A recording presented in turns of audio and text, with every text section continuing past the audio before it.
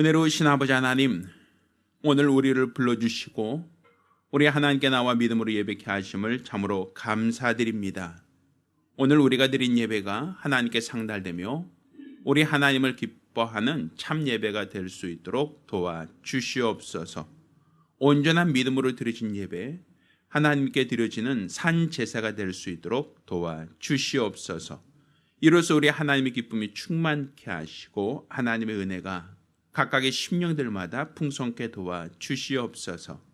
살아계신 우리 주 예수 이름으로 기도드렸습니다. 아멘. 찬송가 410장 함께 찬송합니다.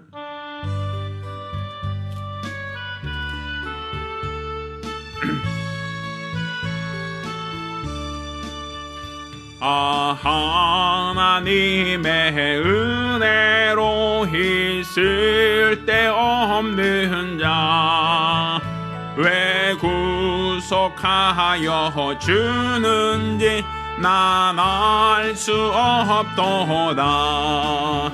내가 믿고 또 의지함은 내 모든 영편 잘 아는 주님 늘 돌보아 주실 것을 나는 확실히 아네.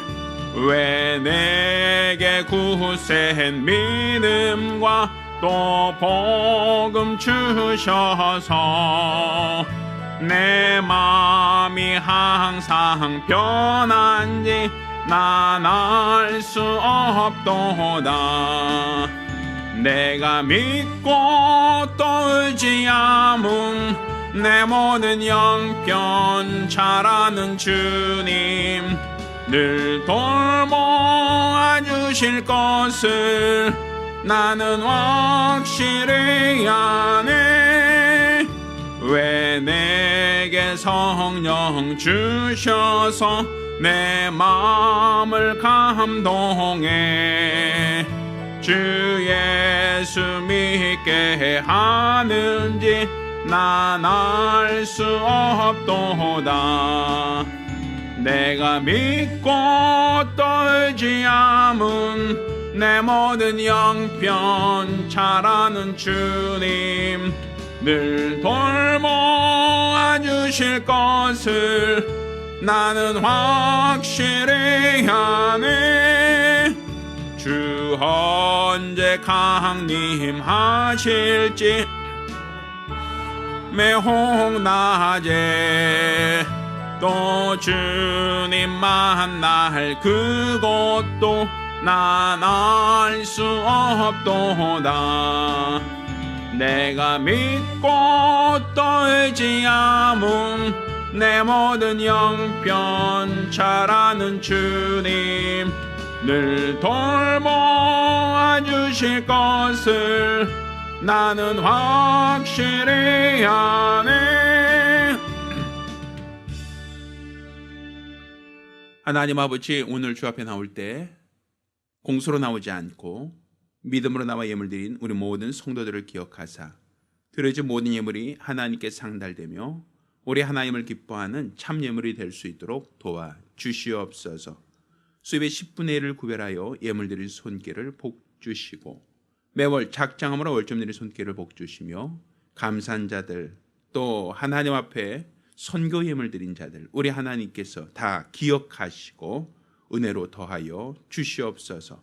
또한 연복의 감사함으로 영광 모든 자들에게도 하나님의 큰 은혜가 있도록 도와주시옵소서. 살아계신 우리 주 예수 이름으로 기도드렸습니다. 아멘.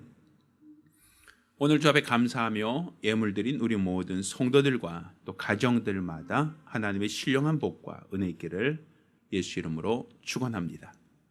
할렐루야. 하나님 말씀 함께 봉독하겠습니다. 하나님 말씀은 마가복음 12장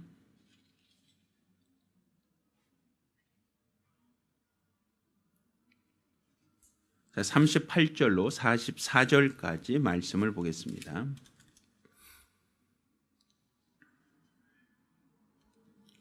오늘 함께 봉독할 하나님 말씀 마가복음 12장 38절로 44절까지 말씀을 교독합니다. 예수께서 가르치실 때 가라사대 긴 옷을 입고 다니는 것과 시장에서 문안받는 것과 회당의 상자와 잔치 상석을 원하는 서기관들을 삼가라.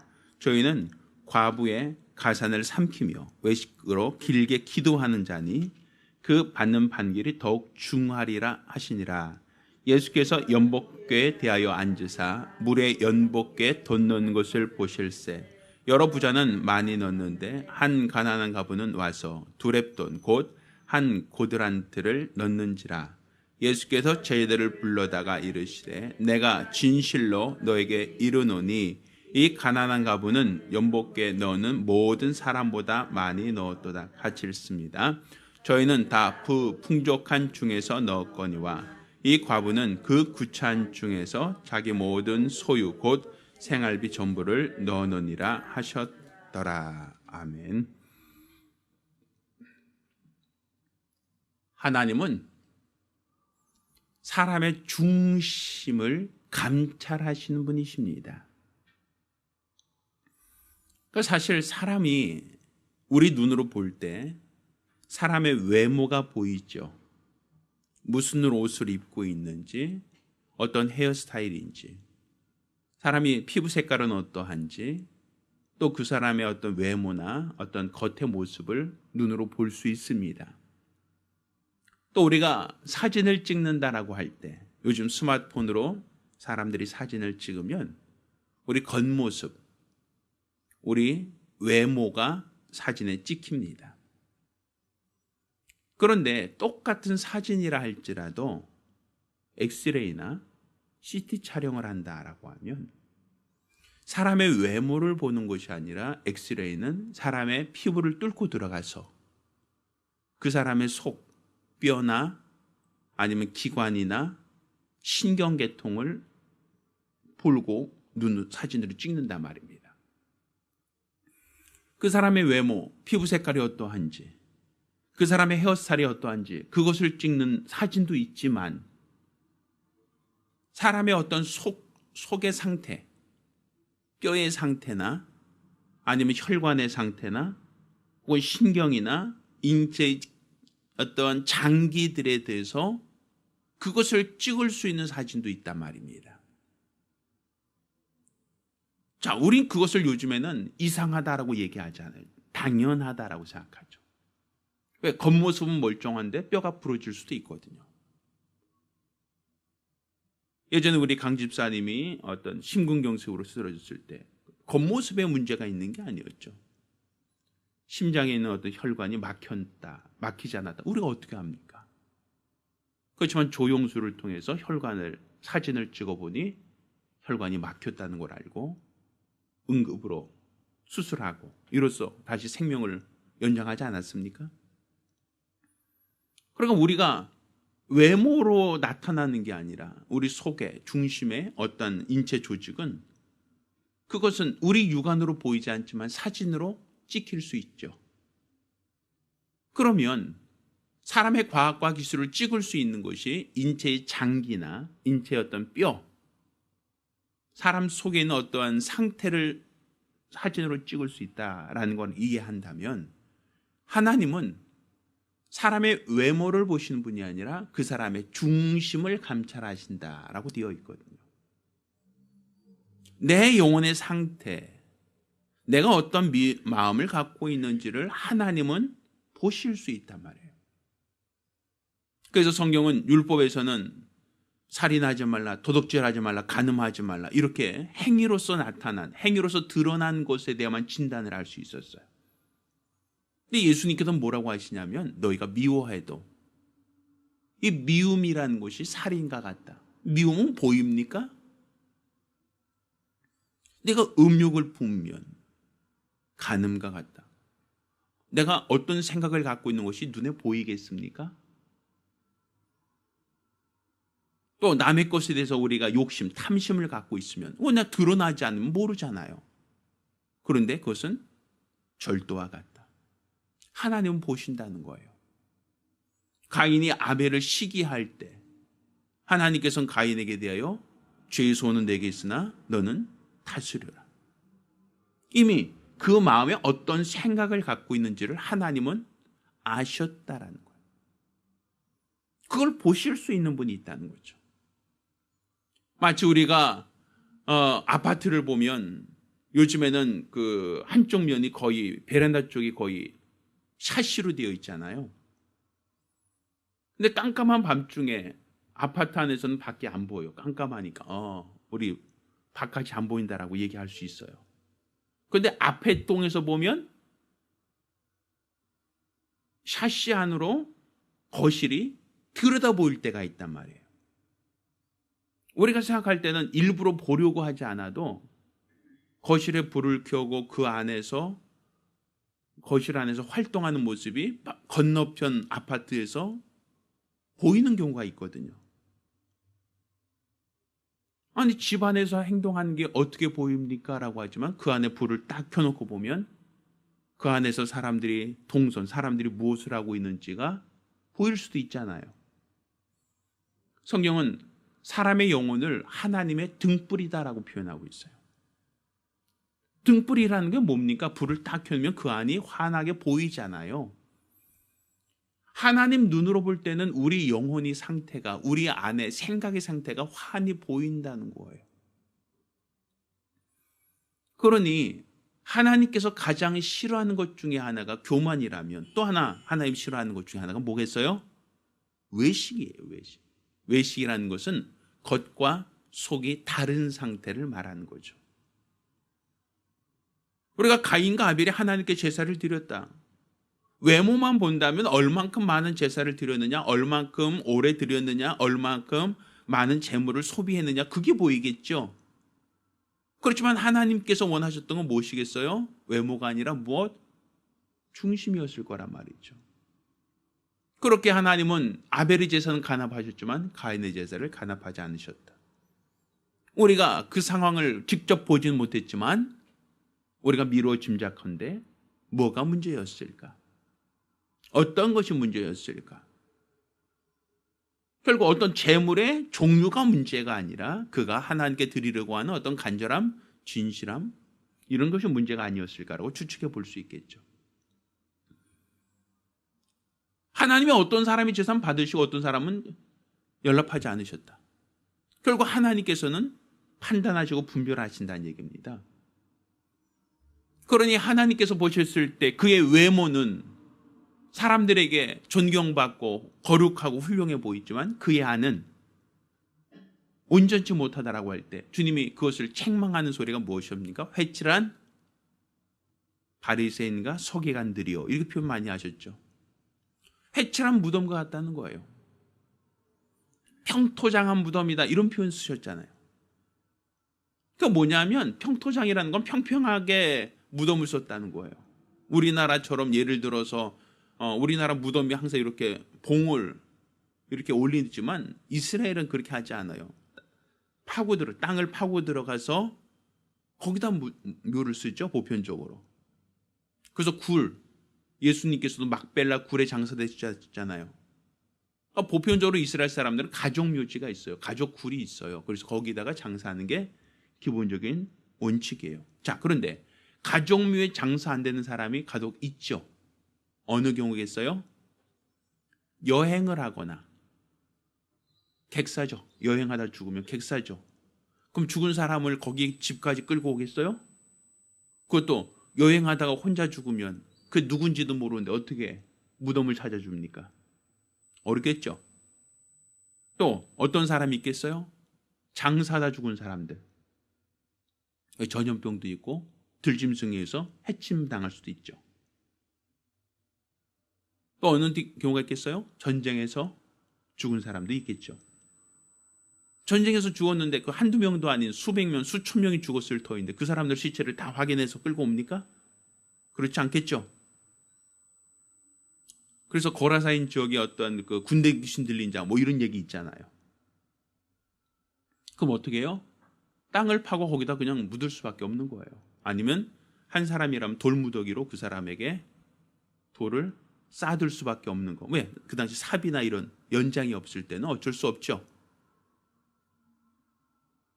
그러니까 이렇게 돌 같은 거로 사람의 이제 그러니까 모래 같은 거는 쉽게 파지니까 그냥 적당히 묻고 거기 사람이 묻었다는 것을 돌을 얹어서 표시해 놓는 거예요. 사람들이 땅 파다 갑자기 시체 나오면 깜짝 놀라잖아요. 그러니까 돌을 그 위에다 딱 올려놓고 거기다가 이제 묘를 삼는 거죠. 자, 그런데 돌 올려놓으면 사람들이 거기 아래 시체가 있는지 알아요? 몰라요? 모르죠. 그러니까 그 묘, 그 돌 위에다 하얀색 칠을 했는 거예요. 회칠을 해놓는 거예요. 왜? 사람들 지나가다 거기 앉지 말라고. 그렇죠. 자기가 앉았던 돌 아래 뭐가 있으면 싫잖아요. 그렇죠? 그래서 거기다 하얀색 표시를 해놓는 거예요. 그러면 사람들이 지나가다 거기 앉지 말고 거기는 아래에 뭐가 있다? 송장이 있을 수 있으니까 앉지 말라는 거죠. 근데 사실 사막 같은 데서 다니다가 돌이 하얗다라고 하면 사람들이 눈에 띄어요, 안 띄어요? 띄죠. 하얀 회칠한 무덤이니까. 그럼 사람들이 저기 하얗다 가보자 이게 아니죠. 사람들은 저기 무덤이구나 이렇게 생각한단 말이에요. 그러니까 그 사람들 사이의 약속이에요. 그러니까 여행하다가 아니면 어떤 들짐승에 어떤 해를 당하거나 아니면 병 걸려서 갑자기 노정에서 죽거나 혹은 전쟁터에서 어떤 유명을 달리하거나 이랬을 때 사람들은 어쩔 수 없이 집 안으로 데려가지 못하고 가정묘로 그들을 운구할 수 없으니까 그냥 길가에다가 이렇게 돌무더기를 쌓든지 아니면 모래를 좀 파내고 사람들 위에 돌 하나 옮겨 놓는 곳으로 표시해 놓는단 말이에요. 그게 무덤이에요, 사실은. 그러니까 회칠한 무덤이라는 건 그걸 말하는 거예요. 그러니까 겉옷을 볼 때는 멀리서도 하얗게 보이는 돌이니까 눈에 띄고 잘 보이지만 사실 그 안에 뭐가 들어있다? 송장이 들어있다는 얘기죠. 그러니까 너희가 사람에게 외모로는 잘 보이지만 그 안에는 썩은 시체가 들어있다. 이게 바로 주님이 경고하신 회칠한 무덤 외식하는 자들이란 말이에요. 그러니까 우리 주님은 아신다는 거예요. 사람들이 땅을 파내지 않아도 그 안에 시체가 있는 걸 알듯 너희 안에 생각이 온전치 못하고 마음이 온전치 못한 걸 주님은 먼저 아시고 먼저 분별해 내신다는 거예요. 그러니 하나님께서 너희가 하나님 앞에 예물을 드리려고 하다가 형제와 불합한 일이 있으면 먼저 화해하고 와서 예물을 드려라 이런 말씀하시잖아요. 왜? 하나님은 중심을 감찰하시니까 보신다는 거예요. 그러니까 하나님은 그 마음이 어떤지 생각을 하신지를 하나님은 다 알시고 보신다는 얘기죠. 그러니 그가 겉으로는 용감해 보이고 겉으로는 담대해 보인다 할지라도 그 안에 얼마나 겁이 많고 얼마나 연약한지를 주님은 아시고 있다는 거예요. 자, 오늘 이 본문은 우리가 성경을 볼 때 예수님께서 서기관들을 향하여 하신 말씀이에요. 자, 예수께서 가라사대 하면서 긴 옷을 입는 것과 시장에 무슨 문안 받는 것과 회당의 상자와 잔치 상석에 원하는 서기관들을 삼가라 이렇게 표현하죠. 서기관들을 책망하시는 거예요. 왜? 그 사람들은 성경을 필사하던 사람들이에요. 성경을 옮겨 적던 사람들. 그러니까 그 사람들은 학자들이죠. 그렇죠? 학자들이고 많이 배운 사람들이에요. 그 사람들 글을 알고 또 그것은 많이 성경을 필사하다 보니까 많이 외우기도 하고 암송하기도 할 만큼 많이 아는 사람들이죠. 자, 그러니까 사람들로부터 존경을 받는단 말이에요. 사람들로부터 와, 이 사람은 많이 아는 사람, 학자들이야. 이 사람들은 뭐 훌륭한 사람이야. 이렇게 얘기하겠죠. 자, 그러니까 그런 사람들이다라고 얘기합니다. 자, 저희는 하면서 과부의 가산을 삼키며 외식으로 길게 기도하는 자니 그 받는 판결이 더욱 중하리라. 외식으로 길게 기도한다. 그러니까 사람들 앞에서 보이려고 기도한다는 거예요. 그들만의 옷을 입고 다니고 사람들 앞에서 길게 기도하는 모습을 보인다. 그러니까 그들이 받는 판결이 중하리라. 하나님이 그들을 기뻐하지 않으신다는 얘기죠. 자, 그런데 이어서 연복계에 어떤 연보하는 과부에 대한 얘기를 합니다. 그런데 연복계에 연보할 때 많은 사람이 와서 연보를 하는데 가난한 과부는 한 둘에 그 고드란트 한 2렙돈을 넣었다라고 얘기, 생활비 전부를 넣었다 그 얘기를 하죠. 그럼 액수의 기준이 아니란 얘기죠. 왜? 부자들은 더 많은 돈을 낼 수 있으니까. 사람들이 눈으로 볼 때는 와, 이 사람이 많은 돈 냈어, 많이 헌금했어 라고 얘기할 거 아닙니까? 그렇지만 주님은 금액을 얼마나 했느냐 그걸 보지 않고 뭘 보셨다는 거예요? 그 과부의 2렙돈을 보시고 칭찬하셨다. 그럼 금액의 문제가 아니라 뭐가 문제예요? 그 사람이 얼마나 하나님께 드리려고 했는가, 그 마음을 보셨다라는 얘기죠. 중심을 보셨다는 얘기예요. 서기관들이 많이 알고 사람들에게 존경받고 성경도 많이 암송하고 이게 기준이 아니었어요. 그가 얼마나 하나님 말씀대로 사느냐가 기준이었죠. 또 연복교회 하나님 앞에 연보하겠다라고 사람들이 많이 와서 그 연보를 하는데 수많은 부자들이 지나가면서 사람들 앞에서 하면서 자기가 헌금하는 것을 사람들에게 보이고, 또 그럼으로써 사람들이 와, 저 사람 얼마나 있어, 저 사람은 굉장히 많은 금액을 넣었어, 사람들로부터 칭찬받고 사람들로부터 인정받고 존경받는 것을 그들은 즐겼다는 얘기죠. 과부는 그들만큼 많은 돈을 드릴 수 없으니 아주 적은 금액을 드렸어요. 그렇지만 그 과부에게 있어서는 그것은 생활비 전부였다라고 얘기하죠. 그 여인이 과부라는 표현을 왜 쓰고 있습니까? 돈을 드리고 나면 돈 벌어올 사람이 없다는 거예요. 과부라는 사람은 기업이 없는 사람이거든요. 그럼 생활비 다 드리고 나면 그 사람은 누가 그 사람을 부양하겠어요? 남편이 없는데. 그에게 주어진 삶이라는 건 굉장히 어려울 수밖에 없잖아요. 많은 것들 중에 하나 드리는 것은 어렵지 않아요. 근데 적은데 그것을 다 드리는 것은 어렵죠. 왜? 내일 당장 무엇으로 빵을 사 먹어요? 내일 당장 무엇으로 생활을 해요? 대안이 없잖아요. 그런데도 불구하고 그걸 드렸다. 무슨 얘기를 하는 거예요? 하나님께 대한 그의 마음을 드린 거란 말이에요. 예수님이 그 여인을 칭찬하셨어요. 칭찬을. 그러면 하나님이 칭찬하시는 것은 어떤 사람이겠어요? 외식하는 사람이겠어요? 아니면 진실한 사람이겠어요? 그렇죠. 사람에게 인정받고 사람에게 칭찬받는 게 중요한 게 아니에요. 내가 얼마나 하나님 앞에 진실한가가 더 중요한 거예요. 그러니까 예수님께서 우리에게 보여주신 공생애가 무엇인가? 그분은 외식함이 없다는 거예요. 그분은 사람에게 보이려고 살지 않으셨다는 거예요. 그분이 사람에게 인정받으려고 살지 않으셨다는 거예요. 예수님의 공생애는 철저히 하나님이 원하시고 하나님이 바라시는 그 중심을 가지고 사셨다는 거죠. 그럼 우리 주 예수 그리스도의 공생애, 예수 그리스도의 희생, 예수 그리스도의 십자가의 죽으심, 이 모든 과정을 보면 그분은 얼마나 진실하셨는가라는 걸 볼 수 있잖아요.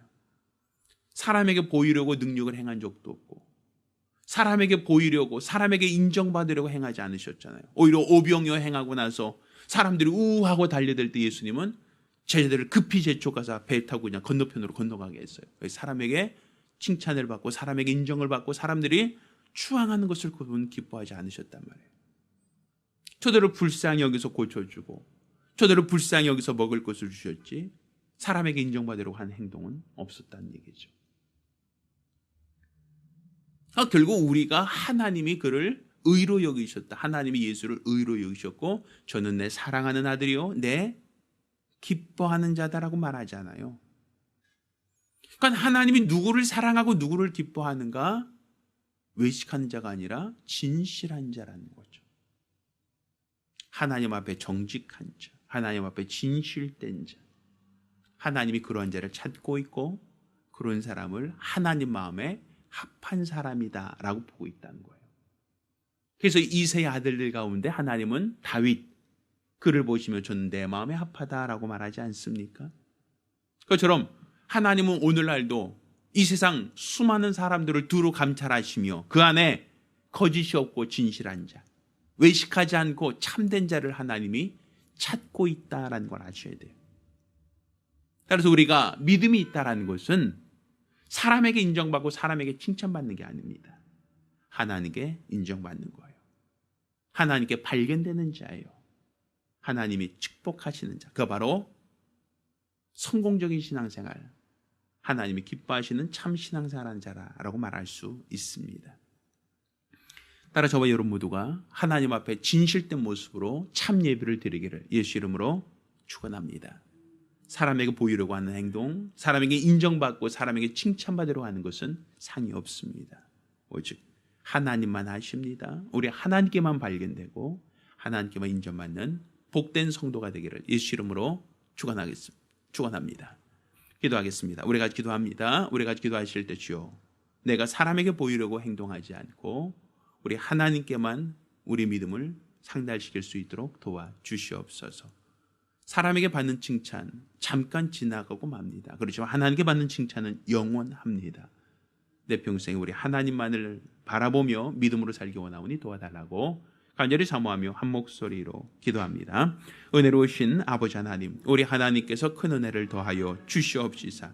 우리 마음과 생각을 아시는 하나님, 우리가 우리 하나님 앞에 기도하며 간구하오니 우리의 마음과 생각을 주관하여 주시옵시고 온전한 믿음과 마음과 열심으로 우리 주를 위하여 사용되어질 수 있도록 도와주시옵소서. 우리 하나님께서 기뻐하시는 거룩한 믿음으로 우리 주를 바라보는 거룩한 믿음의 열심으로 우리 주 앞에 더욱더 충성되어 지기를 원하오니 우리 하나님께서 도와주시고 도와주시옵소서. 우리들의 마음의 생각과 뜻을 감찰하시는 우리 하나님, 우리가 종일토록 우리 하나님 앞에 믿음으로 예배하며 믿음으로 기도하며 우리 하나님의 거룩한 뜻을 쫓아 믿음으로 행하기를 원하오니 우리 하나님께서 주장하시고 축복하여 주시옵소서. 일평생 우리 주를 나타내고 드러내며 믿음 안에 붙들려 귀하게 쓰임받고 사용되어지는 거룩하고 복된 성도들, 믿음의 사람들이 되어질 수 있도록 도와주시옵소서. 사람에게 보이려고 하는 행동들, 사람에게 인정받으려고 하는 행동들, 사람에게 칭찬받으려고 하는 행동들을 다 내려놓고 우리 하나님 앞에 정직하고 진실된 모습으로 상받고 칭찬받기를 원하오니 우리 하나님께서 은혜와 복으로 역사하여 주시옵소서. 온전히 우리 하나님만을 바라보는 거룩한 믿음과 열심으로 우리 주 앞에 붙들려 귀하게 쓰임받고 사용되어지기를 원하오니 역사하여 주시옵소서. 살아계신 우리 주 예수 이름으로 기도드렸습니다. 아멘. 이제는 우리 주 예수 그리스도 은혜와 아버지 하나님의 극진하신 사랑과 보혜사 성령님의 교통하시고 역사하심이 하나님 앞에 정직하고 진실된 믿음으로 하나님 앞에서 발견되어지고 이로써 하나님께 칭찬받기로 결심한 우리 모든 성도들과 가정들을 위해 이제로부터 영원까지 함께 있을지어다. 아멘. 우리 하나님께 영광을 돌리겠습니다.